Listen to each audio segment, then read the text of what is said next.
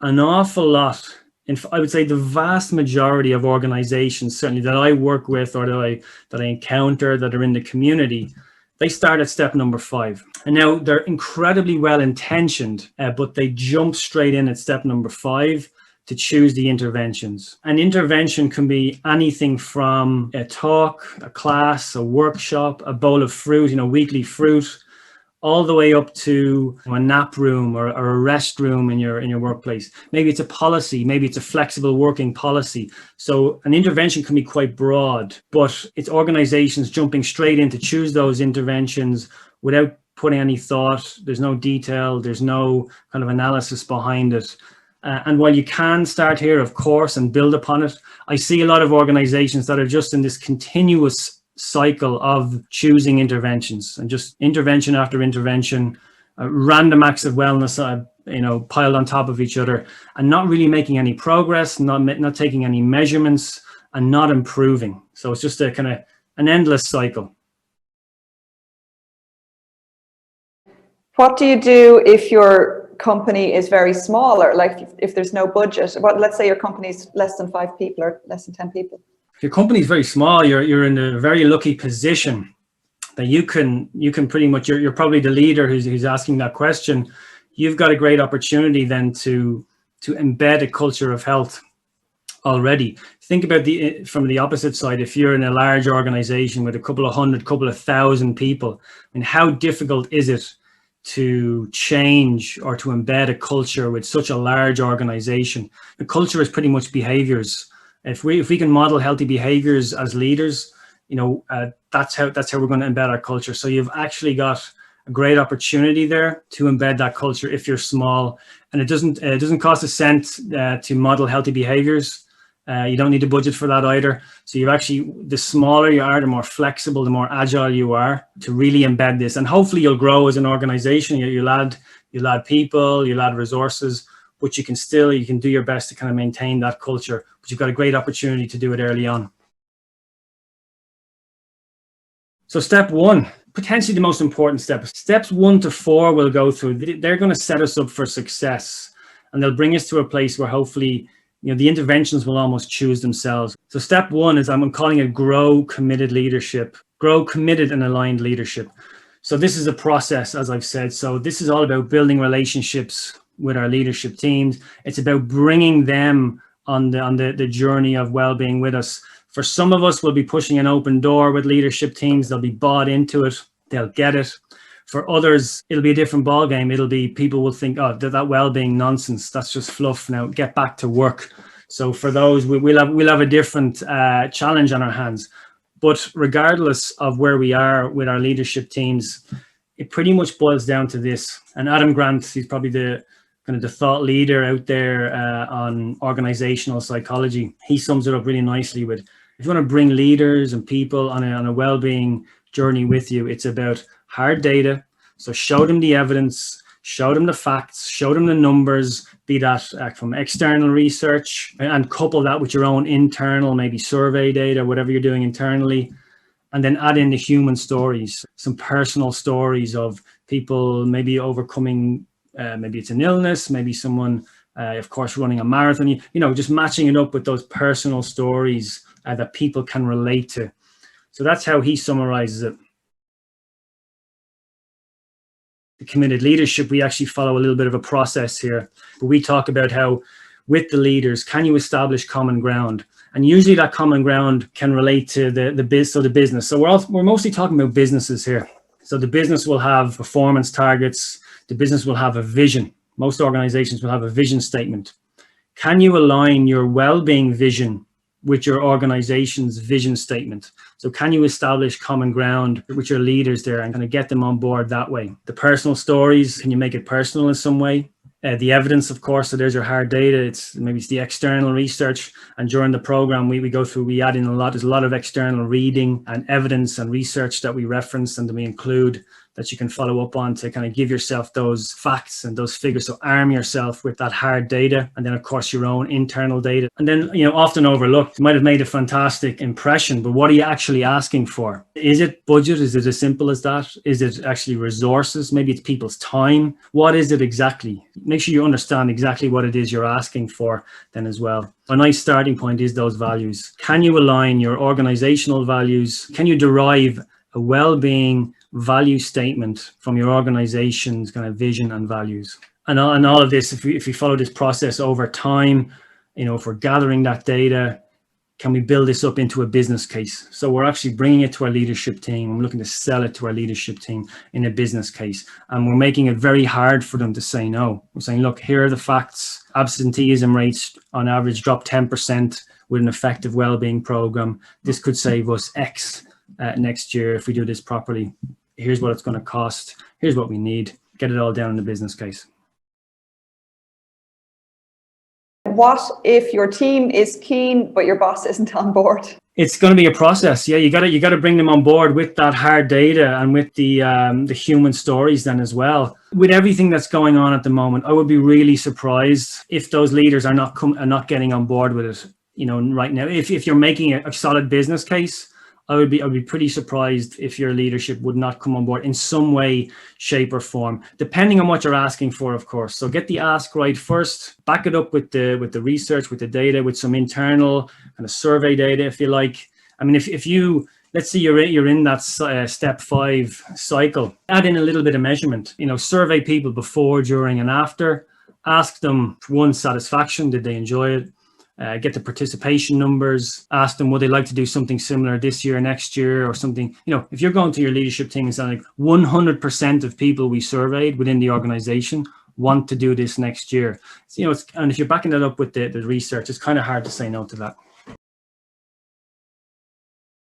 Step 2 is very much about from grassroots to leadership. So organization wide here. Quite often the feedback I get from HR leaders or people that are working in a silo trying to promote a wellbeing program is people say, look, no one listens to HR. And, if you're trying to run something from any kind of department or area on your own, either individually or in a silo, a small team, that is particularly challenging. So what we're doing here is looking to create a network of people throughout the organization. Maybe if in a typical organization structure, they're in different functions. It's maybe there's somebody in marketing, there's somebody in IT, finance, facilities. Maybe our organization is spread across multiple locations.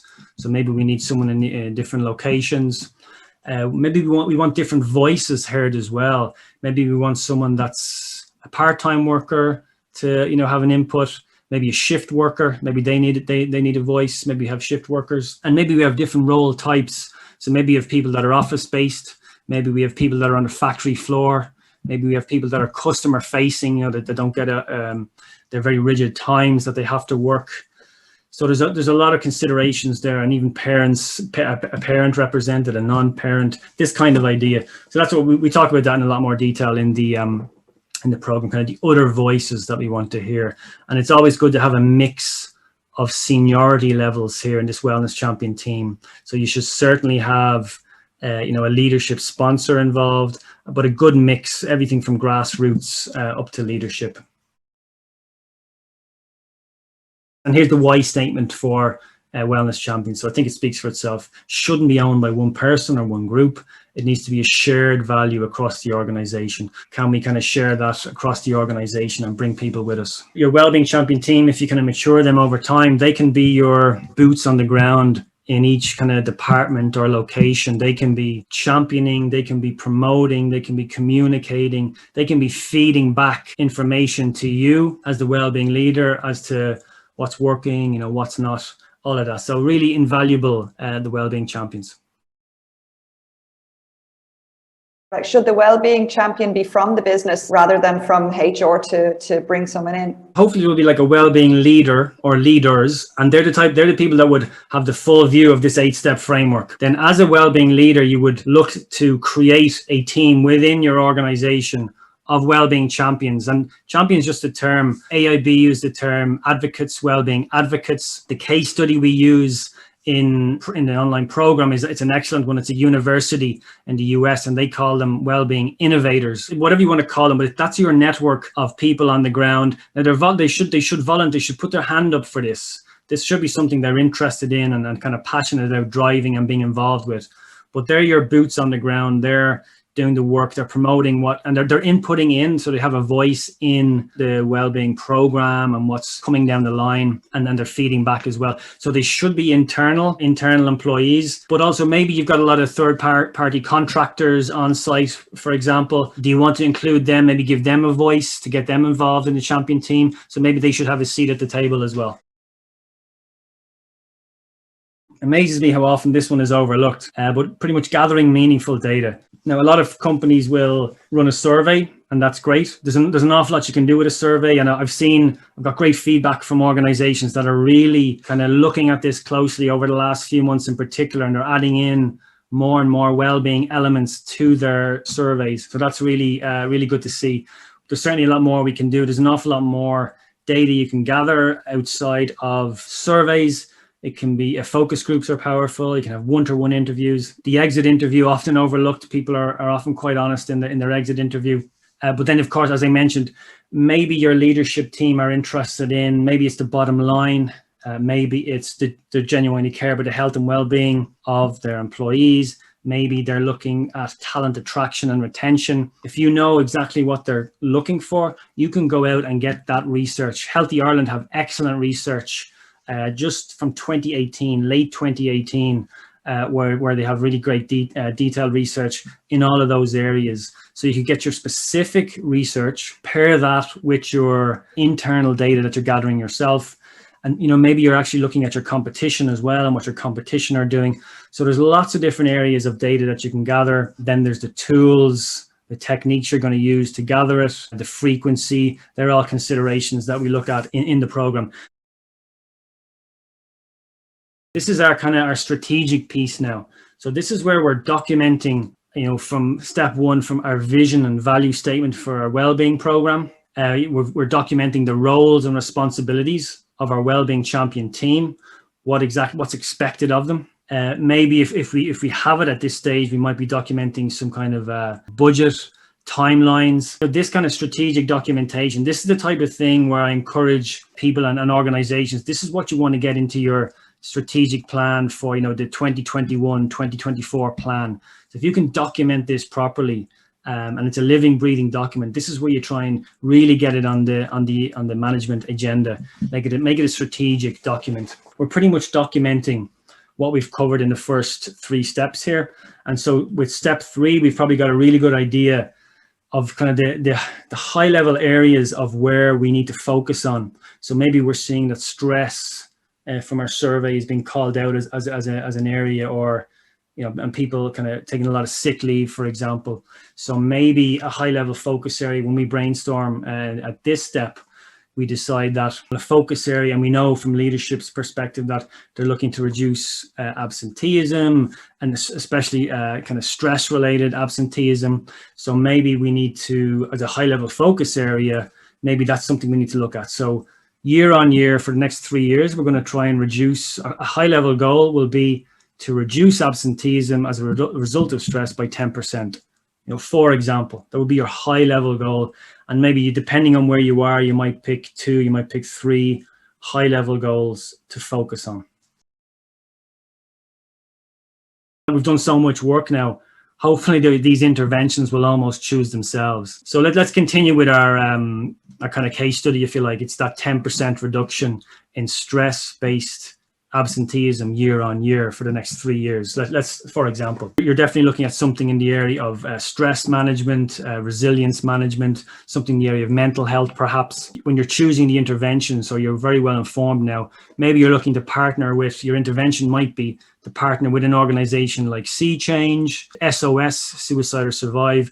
Both organizations provide excellent workshop style sessions where they work with the entire organization, from the leadership down to the grassroots, providing workshops, creating that open, psychologically safe environment for people to talk and to be a little bit more open. So maybe you're going somewhere along those lines. That's kind of where I would be thinking, because a partnership with an organization like that is kind of a longer term partnership as well. So there's an example of you're kind of matching your intervention now up with your high level focus area. And that in turn, of course, is related to all the data that you've gathered, the values, the vision statement, and your input from your wellness champions.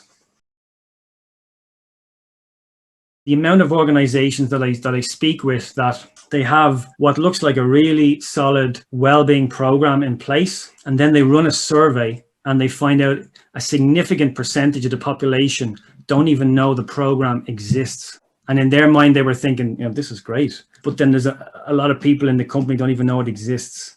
And then for those that do, maybe they don't even know what's involved. So communication around this is powerful, and so much so. So yeah, just a really excellent paper, a research paper, pretty much talking about promoting healthy workplaces and building cultures of health, but with a focus on applying strategic communications to that.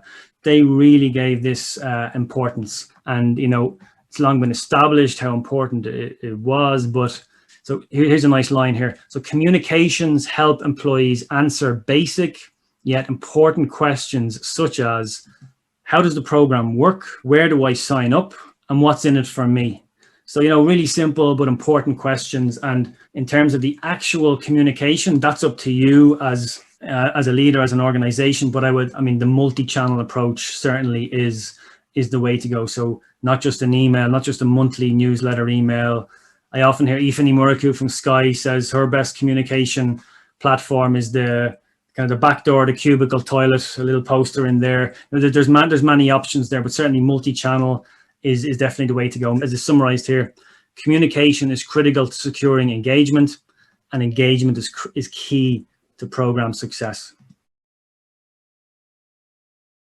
I think communication is going to become a little bit more difficult now with our staff working from home. Definitely email fatigue setting in, as our one form of communication for everything is through email. Any suggestions? Yeah, email is one, but if we're really getting our leadership team involved, for example, the CEOs, is it the weekly newsletter or whatever it is there a well-being section in that? Any training that you're having, have you got a training program, induction program, leadership training? Is there a well-being section in that? That's a form of communication then as well. Are you having your weekly Zoom or your daily Zoom calls, or which I'm sure you are? Is there a moment or two for reflection at the beginning? Maybe that's your thing. Maybe it's just a moment to relax before you get started. Your well-being minute before you get started. That's communication then as well. Maybe your weekly team meeting has the well-being section at the end. So there are creative ways to promote it outside of email. This step could actually come in anywhere. This could almost be step 0. This could be your, early stage fostering a culture of health, if you like, to foster a supportive environment. But if you look at, again, some of the research we draw on in the course is where he talks about the key elements that contribute to a culture of health. And here's your environmental support. So he breaks it down as the physical environment.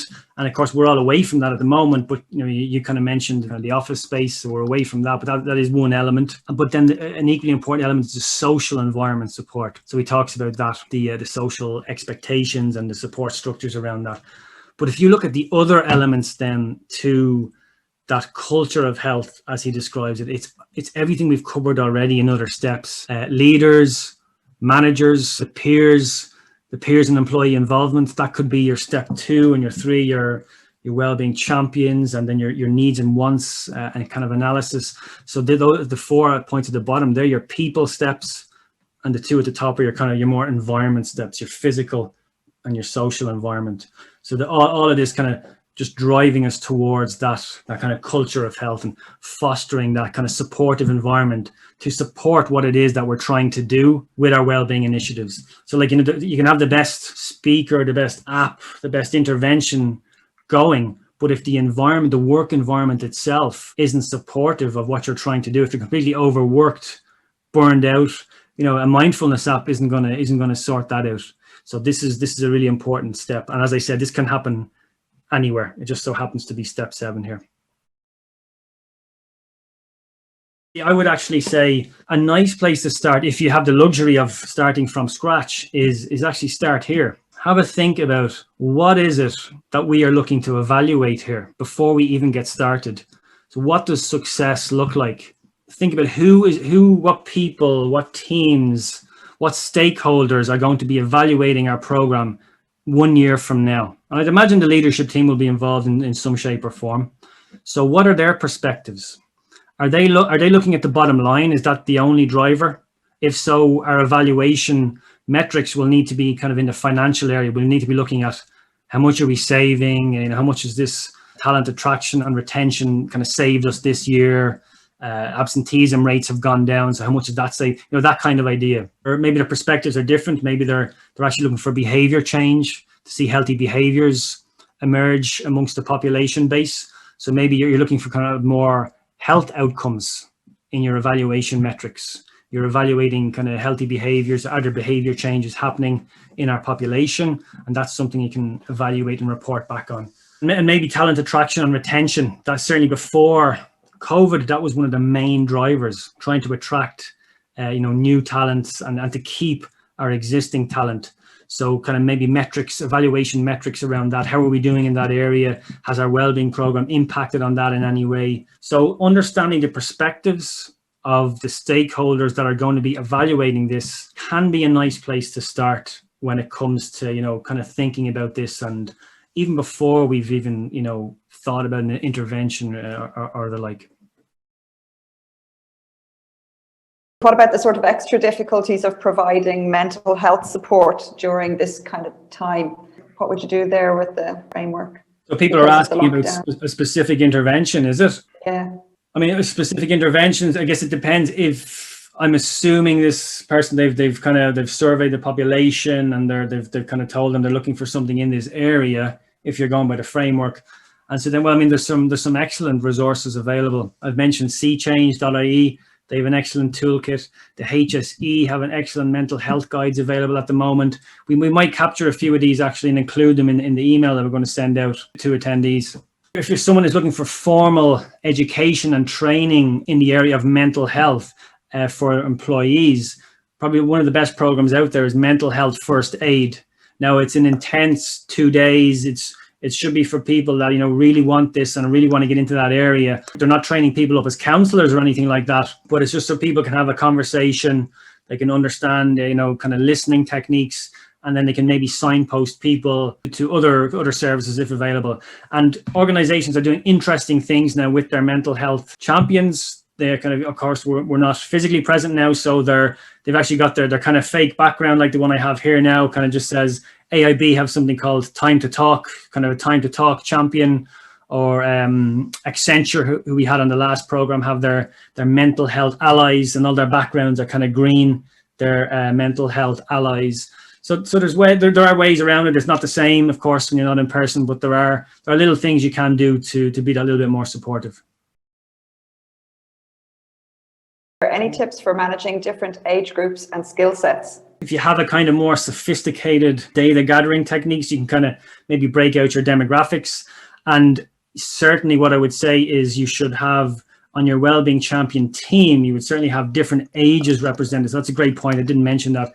Different age groups represented, because people in their 50s and 60s are going to be looking for something quite different than people in their early 20s, for example. So if you can have their voices represented on the wellbeing champion team, and the very same for the skill sets. So if someone's an office, a desk-based role, someone's on a factory, somebody's it works in sales, they're in the car all the time, they're going to have very different needs and wants. So if you can just understand that a little bit better, maybe you can kind of try and target, maybe you might need to niche down and target them specifically with certain initiatives, because like in normal times, the salesperson down in Cork, the fancy gym on site at HQ in Dublin isn't going to be much good to them. So maybe there's something different you can offer that person or that group of people instead.